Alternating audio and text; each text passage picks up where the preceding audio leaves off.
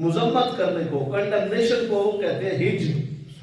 تو حضرت حسان ابن ثابت کا یہ کمال رضی اللہ تعالیٰ عنہ کہ آپ اشعار مدح میں بھی کمال کا لکھتے اور اشعار ہجر میں بھی کمال کا لکھتے، یعنی جو لوگ سرکار کے دشمن تھے ان کے بارے میں جب لکھتے تو کمال کا لکھتے اور ان کے پاس کوئی جواب نہیں ہوتا تھا، ایسا لکھتے۔ دوسری بات جو آپ کے لیے خوشگوار حیرت کا باعث ہوگی، جناب حضرت حسان ابن ثابت کی 5 پشتیں شعر و شاعری کرتی ہیں۔ آپ خود شاعر ہیں، آپ کے باپ شاعر ہیں، آپ کے دادا شاعر ہیں، آپ کا بیٹا شاعر ہے، آپ کا پوتا شاعر ہے۔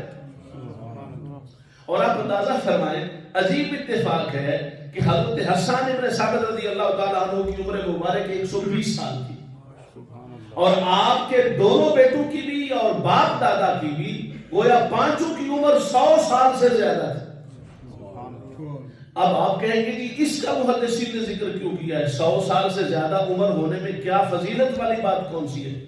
فضیلت والی بات یہ ہے کہ وہ تمام قبائل کے شجرے کو جانتے تھے، ان کی تفصیلات کو جانتے تھے، ان کے معاملات کو جانتے تھے۔ ہمارے یہاں کیتلے میں ایک ہمارے بڑے ہی پیارے ساتھی ہیں، آپ سب کے میرے پیارے ساتھی ہیں، سنگی ہیں، دوست ہیں، بھائی ہیں، ان کو کیتلے کی ساری فیملیز کے بارے میں پتا ہے۔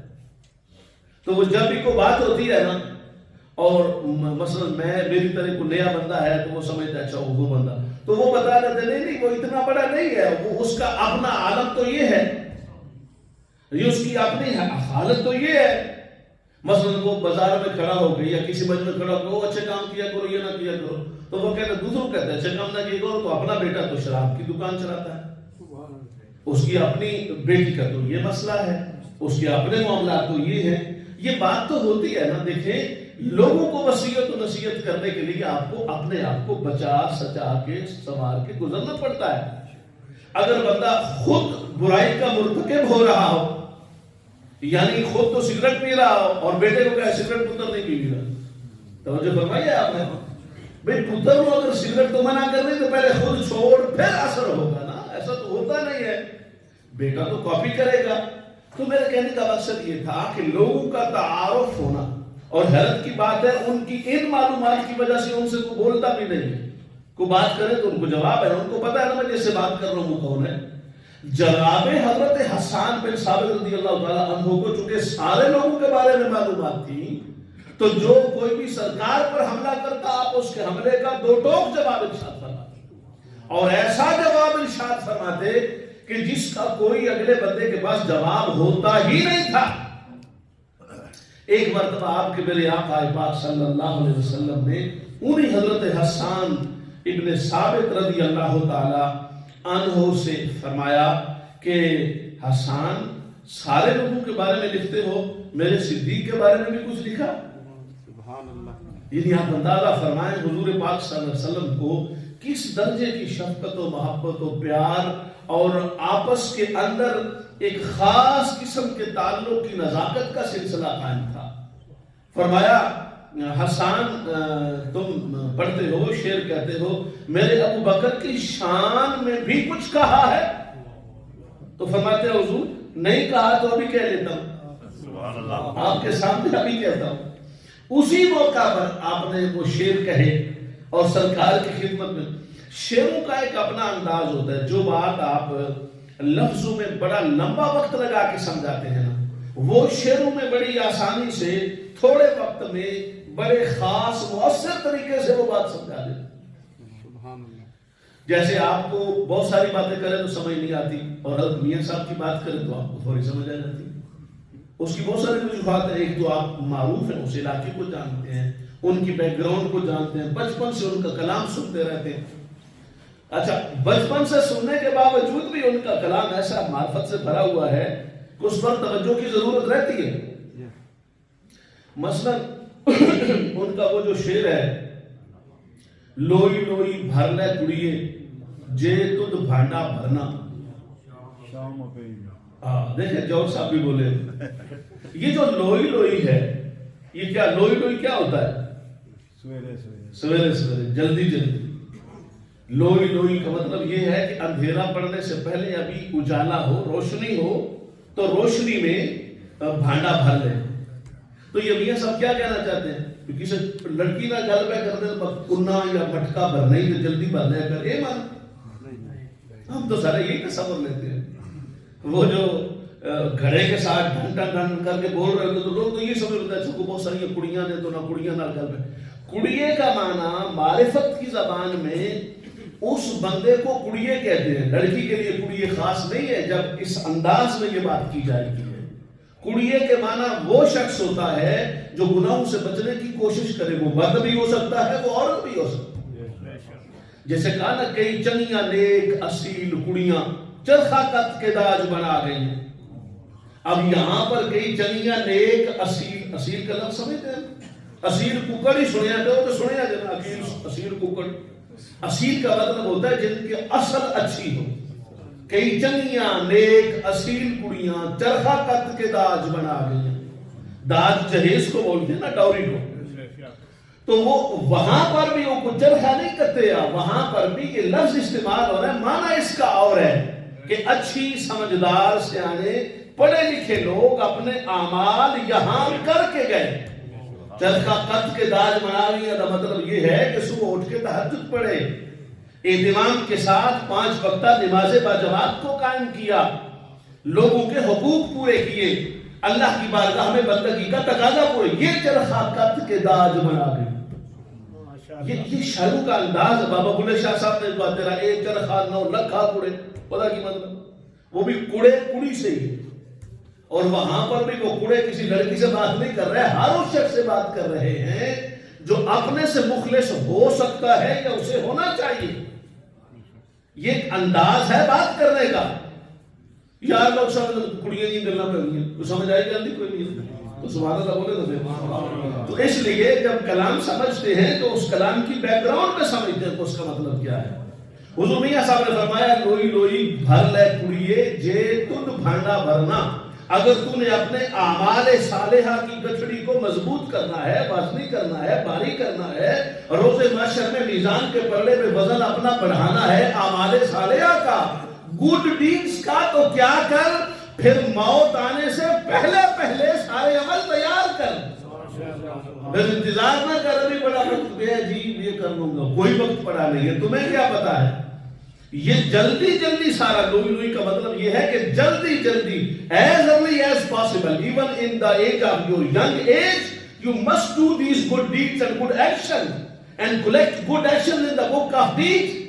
اپنے اعمال کی کتاب میں اعمال نامہ بھر لے جلدی جلدی جتنا ہو سکتا ہے. انتظار نہ کر تب کر لوں گا تب کر لوں گا، لو تب کو چھوڑ. اور اندازہ کرنا حضور میاں صاحب نے کس انداز سے بات کو سمجھانے کی کوشش کی. جے تد بھانڈا بھرنا. بھانڈا بھرنے کا مطلب وہ ٹینڈ بھرنا نہیں یا کنہ بھرنا نہیں یا کوری بھرنی نہیں. بھانڈا بھرنا کا مطلب یہ کہ اعمال کا ذخیرہ، نیک اعمال کا ذخیرہ اگر تو نے جمع کرنا ہے تو وہ جلدی جلدی کر. شام پئی بن شام محمد کہ گھر جاندی نے ڈالنا. شام پئی کا مطلب یہ ہوتا ہے کہ بعض اوقات بندے کی جوانی ہوتی ہے، موت آ جاتی. بندہ سمجھتا ہے کہ شام نہیں آئی، پر شام ایک جگہ پہ شام کو معنی موت میں استعمال کیا ہے اور ایک جگہ پہ شام کو معنی لیٹ میں استعمال کیا ہے. شام پئی بن شام محمد کہ شام تو پڑ گئی ہے لیکن شام کے اعمال جو کہ تیرے پاس نہیں ہے. گھر جاتی نے ڈرنا، قبر میں جانے سے پھر ڈر تو لگے گا. وہ گھر اس گھر کی بات نہیں کر رہے جو میر پور میں 40 کروڑ کا بنایا. وہ اس گھر کی بات کر رہے ہیں جہاں کروڑ کروڑ نہیں ہے، امیر غریب سب کے ایک ہی لباس ہے، ایک ہی گھر ہے. فرق ہو ہی نہیں سکتا. کبھی آپ نے سنا وہ کروڑ پتی تھا تو اس کے اندر بتی لگا دی، لائٹ لگا دی، فلان کر دیا. وہ لگ ہی نہیں سکتا. نظام ہی ایسا ہے جہاں تیرا بس چلا، تم نے تفرقات قائم کیے، تم نے عدم مساوات کا رجحان قائم کیا، تم نے آپس میں ڈسکریمنیشن کے ماحول کو ایلیویٹ کیا اور پروموٹ کیا ہے. مگر جہاں رب کی بارگاہ میں پہنچے گا تو وہاں تو بے دست و پا ہو. وہاں تو جو جتنا بڑا ہے وہ اتنا ہی بے دست و پا ہے. اس لیے کہ ڈیمانڈ کرنے والے زیادہ، حق لینے والے زیادہ، پوچھنے والے زیادہ ہیں، میرا یہ کر کے گیا، میرا یہ کر کے گیا، میرا یہ کر کے گیا. تو جو دنیا سے غرض جتنا کم رکھتا ہے اس سے سوالات کی تو کم سنیں. اور تو سنے نہ سکے آج ہی غریبی کا مزہ ہے. سارا سیلاب آیا نا، پکے مکان بڑے بڑے کوٹھے سارے ڈھہ گئے. ایک کچے مکان والی کٹیا والا شخص تھا، وہ آرام سے بیٹھا تھا، سارے لوگ جی کو پکار کر رہے تھے. تو اس کو تو بڑا خوش ہے، وہ لگا آج ہی کے غریبی کا مزہ آیا، میرا تو نقصان ہی پوری ہوئے. جی ایک ہی میرا آلنا تھا، میرا آلنا ساڑ کے کی لدھا، چارے کک ساری جائیداد میری. میرا جو آلنا ہے، نیسٹ ہے، گھونسلہ ہے، وہ تو 4 تنکوں کا بنا ہوا ایک گھر ہے، اس کو جلا بھی دیا تو اور تنکے لے کے بنا دوں گا. مسئلہ تو اسے ہے نا جس نے کاکم و سنجاب اور بڑے بڑے مرمر کے پتھر لگائے ہیں، اسے مسئلہ ہے نا، اس کا گھر خراب ہوا. جس کی اوقات ہی 4 تنکوں کا گھونسلہ ہے، نیسٹ ہے، اس کو تو پرواہ نہیں ہے. تو اس لیے دنیا کی بے ثباتی ایسی ہی ہے. دنیا کی جو ظاہری چکا چوند ہے وہ بڑی ہے، مگر حقیقت اس کی بالکل بے حقیقت. دنیا اتنی ہے بے حقیقت ہے کہ جس کا بندہ تصور بھی نہیں. تو حضرت حسان بن ثابت سے حضور پاک نے فرمایا کہ میرے صدیق کے لیے بھی کچھ لکھا ہے. تو جناب حضرت حسان بن ثابت نے جو شعر کہے وہ عظیم اشعار ہیں. محبت کے انداز میں فرمایا اذا تذکرت شجوا من اخی سکت فاذکر اخاک ابا بکر بما فعلا. جب کبھی کسی اچھے دوست کی وفاؤں کا ذکر کر تو پھر صدیق اکبر کی وفاؤں کا ذکر کر، جو خود تو مٹ گیا مگر سرکار کی عظمت کو نیچا نہیں ہونے. نعرہ تکبیر، نعرہ رسالت، اذان ابوبکر صدیق، شان نبوت زندہ باد. ماشاءاللہ. جو خود تو ہو گیا. اور حضرت اب حسان بن ثابت سے پوچھے کیا کہتے ہیں لوگ؟ آج تو ہمیں عجیب عجیب باتیں سناتے ہیں، شوگر کوٹڈ باتیں ہیں، آرٹیفیشل باتیں ہیں، تصنع کی باتیں ہیں، پتہ نہیں کس کس انداز کی باتیں ہیں. میں کہتا ہوں چھوڑو یار، کس کی بات کرتے ہو؟ وہ جی ایک شخص مجھے کہنے لگا جی حضرت علی تو ہمارے باپ ہے تو ان کا ہم ذکر کریں گے. تو میں نے کہا حضرت علی تمہارے دادا ہیں، جناب صدیق کے بعد تمہارے نانا ہیں. جتنے سید ہیں سارے سید کہلانے والے، جو سچے ہیں وہ بھی، جو صرف کہلواتے ہیں وہ بھی دعویٰ تو کرتے ہیں. سب کے نانا جناب صدیق پاک ہیں اور دادا جناب علی پاک ہیں. آپ نے کبھی ایسا پوتا دیکھا جو دادا کی تو تعریف کرے اور اس کو اچھی لگے اور نانا کی تعریف اس کو اچھی نہ لگے؟ یہ کیسی بات آپ کر رہے ہیں؟ اچھا جہالت کی انتہا ہے. تم نے بہت بڑے فرق بنائے، اوپر تو فرق ہے ہی کوئی نہیں. جتنی نسل چلی ہے جناب صدیق پاک کی پوتی سے چلی ہے. صدیق پاک کے بیٹے کی بیٹی ہے جس کا نکاح ہوا حضرت علی پاک کے پوتے سے، اور ان دونوں سے ساری سادات کی نسل ہے. تو کوئی فرق ہے؟ اب اگر آپ سے کوئی پوچھے، کسی سے بھی پوچھ لو کہ تیرا نانا نال زیادہ پیار ہے کہ دادے نال، ان سچی گل کرے زیادہ پیار کدے نال ہوتا ہے؟ اج دے زمانے چ زیادہ لال پیار تو نانے سے ہوتا ہے، کیونکہ باپ جو ہے باپ کی وجہ سے دادا سے پیار ہوگا. تو باپ نے بیچارہ سارا دن کمانے چلا دینا، پائنا دے اخراجات پورے کرنا. تو ملکہ صاحبہ جڑی گھر تشریف فرما ہوگی انہوں نے کام بھی ہے، اور انہوں نے جب بھی تعریف کرنی ماموں کی تعریف کرنی ہے، نانا کی تعریف نہیں کرنی. تو مجھے ریفر بھائی آپ تو لوگ جو آپ اپنے بچوں میں گھر میں دیکھ لیں 99.9% بچوں کا رجحان نانا سے زیادہ نانی سے زیادہ ہوتا. وہ میرے ایک دوست تھے، عالم دوست تھے، وہ ویسے ہی مزاح کے انداز میں کہتے ہیں یہ دادیاں ہونی ہیں نا جو پوتریاں چاہیے تیاریاں ساری ڈاکہ پہ گئی ہیں، تو جو دوتریاں چاہیے تو کوئی مسئلہ نہیں ہوتا ہے. ایسے ایک سمجھانے کے انداز میں بات کی. تو مقصد ہے نانا نانی کو تو آج بھی اٹھانے میں کوئی مسئلہ نہیں ہوتا. جتنے لاڑ پیار نانا نانی کرتے ہیں اتنے دادا دادی نہیں کرتے. عام روٹین یہی ہے. مگر اچھا چلو ان سارے فرقوں کو چھوڑ بھی دو تو برابر تو کرو گے تو پھر بھی پیمانہ برابر تو پورا ہوگا. ہم حق سوچتے ہیں، ہم بڑا میں کہ تو بڑے یقین ہے تین اتنا نہیں پتا نانن گٹائی جاتے دادن بدائی جاتے تو کدھر دادن بدائی جاتے نانن گٹائی جاتے کدھر نانن گٹائی جاتے. یہ کیا بات ہے؟ تیرا علم نہیں ہے. علم تو وہ ہے کہ نانا بھی کمال کا ہے، دادا بھی کمال کا ہے، ان کی نسلیں بھی با کمال ہے، ان کی کشتیں بھی با کمال. یہ ہیں سارے با کمال. ان کے کمال سے ہی تو امت کا کمال وابستہ. وہ کہا میں تمہیں چیلنج کرتا ہوں. حضور پاک نے جناب حسان بن ثابت کو سوائے صدیق پاک کے کسی کے لیے کہا اس کی نعت شعر پڑھو، اس کی حمدیہ شعر پڑھو، تعریف کے شعر پڑھو، اور جناب حسان بن ثابت سے پڑھائے رضی اللہ تعالیٰ عنہ کو سنے. اور جناب حسان بن ثابت نے کیا کہا اب سنیں لفظ ذرا. فرما خیر البریت اتقاہا واعدلہا. پوری کائنات میں نبیوں کے بعد سب سے افضل شخصیت کا نام صدیق اکبر. جناب حسان ابن ثابت نے حضور پاک کے سامنے یہ شعر کہا. خیر البریہ لفظ کیا ہے؟ بولیے کیا لفظ ہے؟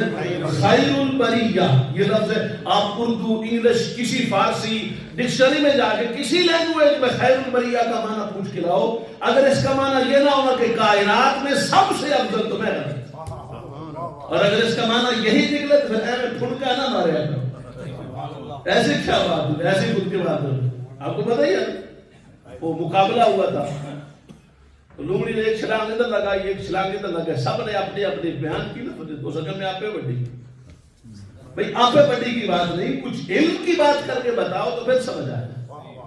تو میں کہنا یہ چاہتا ہوں یہ کچھ بیماری دیمک آئی ہے لوگوں کے اندر، اس دیمک سے بچ کے چلنا ہے. ہم نے سیدھا چلنا. ہمارے حضرت ابوبکر صدیق آنکھوں کی ٹھنڈک ہے تو علی مرتضیٰ دل کا چین سکون. یہی سنی کی شان. سنی کی شان ہی ہے. سنی ادھر اس کی تعریف میں لگے تو وہ ختم نہیں ہوتی، ان کی تعریف میں لگے تو یہ ختم نہیں ہوتی. تو فرمایا خیر البریت اتقاہا. ساری کائنات سے افضل ہے صدیق پاک سے اپنا نبیوں کے بعد. وَأَعْدَلَهَا. اور سب سے بڑے عدل کرنے والے. نعرہ تکبیر، نعرہ رسالت، شان قرآن، عظمت قرآن، ماتوریدی انفی بریلوی زندہ باد. ماشاءاللہ. اب یہ حافظ صاحب کا ماتوریدی بھی آپ کو سمجھنا پڑے گا. ہم جو سنی ہے نا، ہم سنی ہیں. دوسرا ہمارا ٹائٹل ہم حنفی ہے. امام اعظم ابو حنیفہ کو فالو کرتے ہیں. اور اوپر جا کے عقائد کے باب میں ہم ماتوریدی ہیں. آپ کو پتا ہے ملت ہماری خلیلی ہے، ابراہیمی ہے. امت ہم محمدی ہے. مسلکن ہم حنفی ہے. اور اعتقاداً عقیدتاً اماموں میں ہم ماتوریدی ہیں. تو وہ اس لیے افسا ماتوریدی جہاں بھی جائے تو بتاتے ہیں ابھی ہم ماتوریدی ہیں. تو جا کو نام لفظ کر نام نے لفظ نہیں نکالا، آپ نے سنا ہوگا نا. آپ کی توجہ کام ہوتی ہے. آپ تو ماشاءاللہ آج کل انٹرنیٹ کے باہر ہے. ماتوریدی کا لفظ لکھنا تو پھر آپ کو سمجھ آ جائے گی کہ یہ کون سی ہستی. عقائد کے اماموں میں سے دو ہستیاں اٹھتی، امام اشعری اور امام ماتوریدی. اشعری کو ماننے والے ان کو اشاعرہ بولتے. دونوں سنی ہیں مگر تھوڑا سا اوپر عقائد میں فرق ہے چند جزیات میں. تو ہم جن کو فالو کرتے ہیں وہ حضرت ابو منصور ماتوریدی ہیں. تو جناب حسان ابن ثابت نے فرمایا بعد النبی و اوفاہا بما حملا. اور حضور پاک صلی اللہ علیہ وسلم کے اوپر جو نبوت کی ذمہ داریاں تھیں وہ سرکار نے پوری کی جیسی کوئی کر نہیں سکتا. مگر سرکار کے بعد جناب صدیق پاک نے جس انداز میں پوری کی وہ بھی کوئی نہیں کر سکتا. اوفاہا سب سے زیادہ پورا کرنے کی صلاحیت اور قابلیت جناب صدیق پاک کے اندر. یہ جناب حضرت حسان ابن ثابت رضی اللہ تعالی عنہ کے کلمات طیبات ہیں. اور وہ جو بات میں نے بات کی آپ نے کہی وہ آپ نے دادا نانا کی بات کی، اس کا حوالہ کیا ہے؟ حضرت امام جعفر صادق رضی اللہ تعالی عنہ نے خود فرمایا ولد علی ابو بکر مرتين. مجھے ابو بکر نے 2 مرتبہ جنا ہے. 2 مرتبہ جنا ہے. میں ابو بکر کے ہاں 2 مرتبہ پیدا ہوں. یہ کس کا قول ہے؟ جناب حضرت امام جعفر صادق کا. امام جعفر صادق کون ہیں؟ بیٹے ہیں امام باقر کے. امام باقر بیٹے ہیں امام زین العابدین کے, اور امام زین العابدین بیٹے ہیں جناب امام حسین کے, اور جناب امام حسین صاحبزادے ہیں حضرت علی پاک کے. وہ فرما رہے ہیں کہ مجھے 2 بار ابو بکر نے جنا ہے. ولدنی, مجھے جنا ہے ابو بکر صدیق رضی اللہ تعالی عنہ نے 2 مرتبہ مرتے.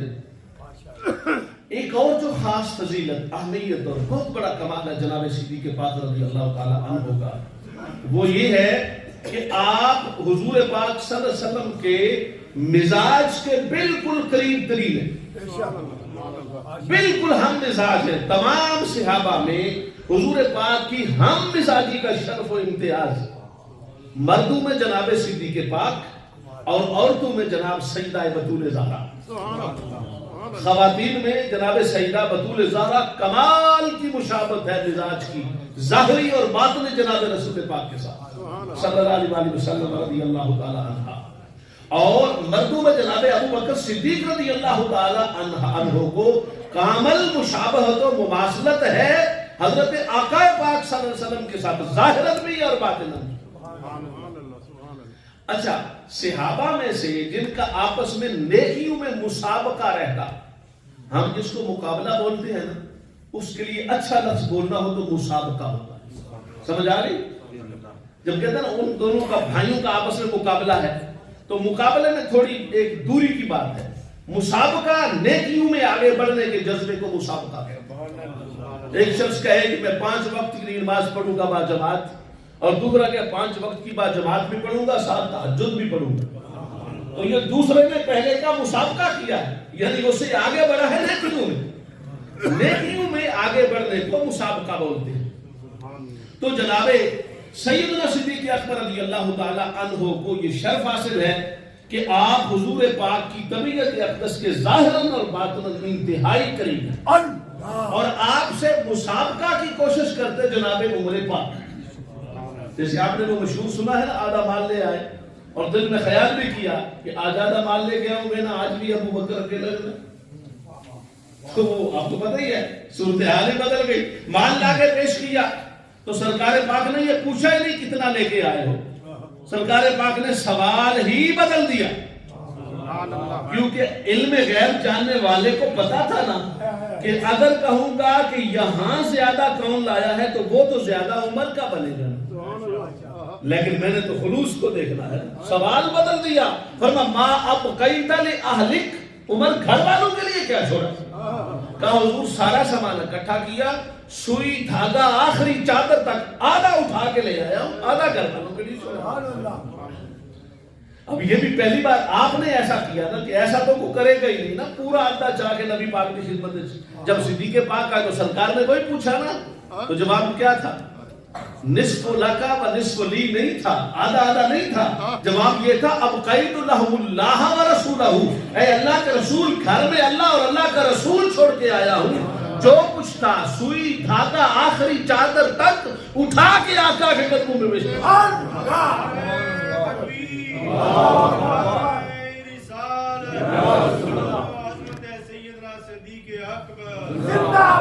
اس پر جناب عمر پاک فرماتے ہیں مسابقہ کیا نا, دل میں خیال یہ تھا, اور جناب عمر پاک فرماتے ہیں مجھے پتا تھا کہ اس مرتبہ میرے پاس مال زیادہ ہے, جو آدھا پیش کیا ہے وہ بھی جناب ابو بکر سے زیادہ ہے.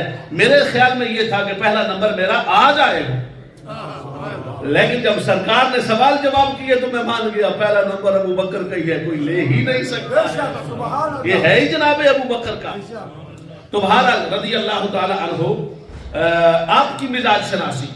صلح حدیبیہ کے موقع پر آپ نے یہ واقعہ سنا ہے, اس میں سے آپ نے صرف ایک چھوٹا سا سبق حاصل کرنا ہے.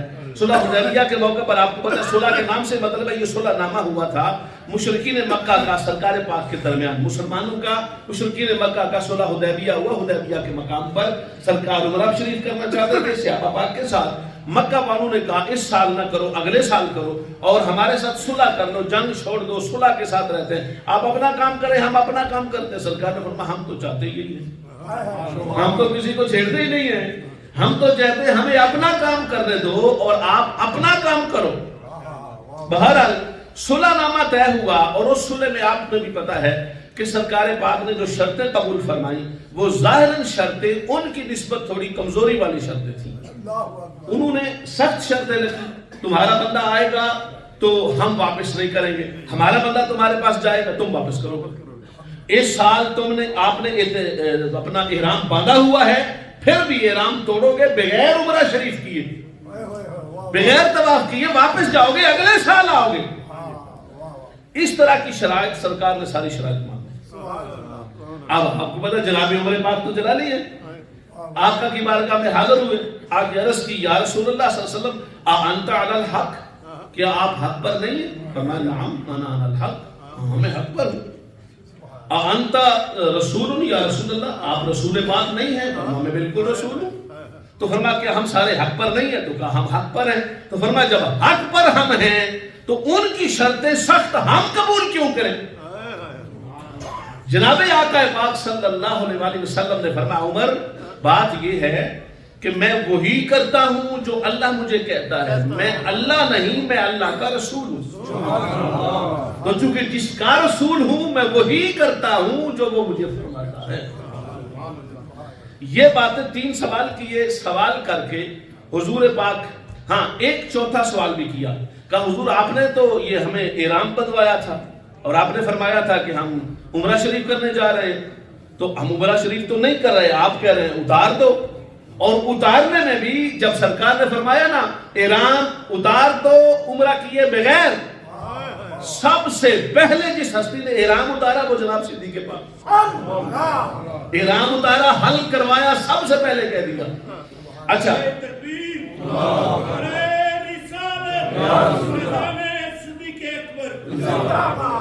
حضرت عمر فاروق کہتے ہیں مجھے بڑی اس میں جلالی کیفیت تھی ان کی، مجھے اس میں بہت کنسرنز تھے، ریزرویشنز تھی میری، اور میں گیا، اور جب گیا تو میں نے جناب میں تو تھوڑا دیکھیں نا جس بندے کے ذہنوں میں سوالات ہوں وہ پریشان ہوتا ہے. ظاہراً جناب عمر پاک پریشان تھے. یہ ہمارے امجد زمان صاحب کونسل ہیں، یہ ایسے ہی کرتے ہیں، وہ تشریف لائے آپ ان کو نفل پڑھنے دیں، آپ میری طرف توجہ رکھیں، اور کچھ نہیں انہوں نے کرنا، انہوں نے نفل پڑھنے پر بیٹھ جانا ہے، آپ کو کچھ نہیں کہیں گے. 2 منٹ آپ میری بات توجہ سے سنیں. اچھا تو میں یہ بات عرض کر رہا تھا کہ حضرت عمر فاروق گئے جناب ابو بکر صدیق رضی اللہ تعالیٰ عنہ کے خیمے میں، اور وہاں جا کے دیکھا تو یہ تو اس میں تھوڑا ٹینشن میں تھے. جناب صدیق پاک کو دیکھا تو وہ ٹینٹ شریف کرائی ہوئی تھی اور آرام سے حلق شریف کروایا ہوا تھا، آرام سے بیٹھے کھجورے کھا رہے تھے. اب ان کو اور زیادہ وہ طبیعت ہوا، ابو بکر آپ اتنے اطمینان سے آپ کھجورے کھا رہے ہیں، مجھے اتنے کیا پریشانی ہوئی؟ وہی سوال جو سرکار سے کیے جناب ابو بکر پاک سے کہا آپ بتائیں کیا ہم حق پر نہیں ہیں؟ فرمایا ہے. اللہ کے رسول، اللہ کے سچے نبی اور رسول نہیں ہیں؟ کہاں ہیں؟ تو فرمایا ہم حق کے لیے آئے نہیں ہیں؟ تو کہاں آئے ہیں؟ تو فرمایا پھر ہم یہ دب کے شرطیں کیوں کر رہے ہیں؟ اب سننا جناب صدیق پاک کا وہی جواب دے تو سرکار نے دیا. فرمایا وہ اللہ کے رسول ہیں ہمارے آقا پاک، اور وہ وہی کرتے ہیں جو اللہ انہیں کہتے ہیں، ہمیں اس میں دخل کی بات ہی نہیں. پھر میں نے وہ سوال کیا، عمر پاک کہتے ہیں میں حیران ہوا کہ بالکل وہی جواب جو آقا پاک نے دی صدیق پاک دے رہے ہیں. پھر میں نے وہ مشکل سوال کیا کہ کیا آپ کو تو پتہ ہے ہم احرام باندھ کے آئے تھے، احرام باندھنے کا مطلب یہ تھا کہ ہم نے عمرہ کرنا ہے، تو کیا سرکار نے فرمایا نہیں تھا کہ ہم عمرہ کریں گے؟ تو ہم عمرہ کریں گے بغیر کیسے واپس جائیں گے؟ وہی جواب دیا. فرمایا سرکار نے کہا تھا عمرہ کریں گے، یہ تو نہیں کہا تھا نہیں اسی سال کریں گے. وہ کسی سال بھی اس عمرہ کریں گے ضرور، مگر ضروری تو نہیں اسی سال کریں گے. جناب عمر پاک نے اس وقت کہا ابو بکر میں سارے موقع پر یہ سوچتا ہوں کسی طریقہ سے تجھ سے آگے بڑھ جاؤں، مگر تیری بصیرت اور تیرا کمال اور فہم اتنا اونچا ہے کہ میں کسی صورت میں تجھ سے آگے نہیں بڑھ سکتا. اور پھر ہمیشہ پچھتاتے اور کہتے کہ میں نے وہ سوال کیوں کیے، میرے اندر وہ اطمینان کیوں نہیں تھا جو صدیق پاک کے اندر تھا. وہ بھی تو اسی صف کے مجاہد تھے نا، وہ بھی تو سرکار کے خادم تھے نا.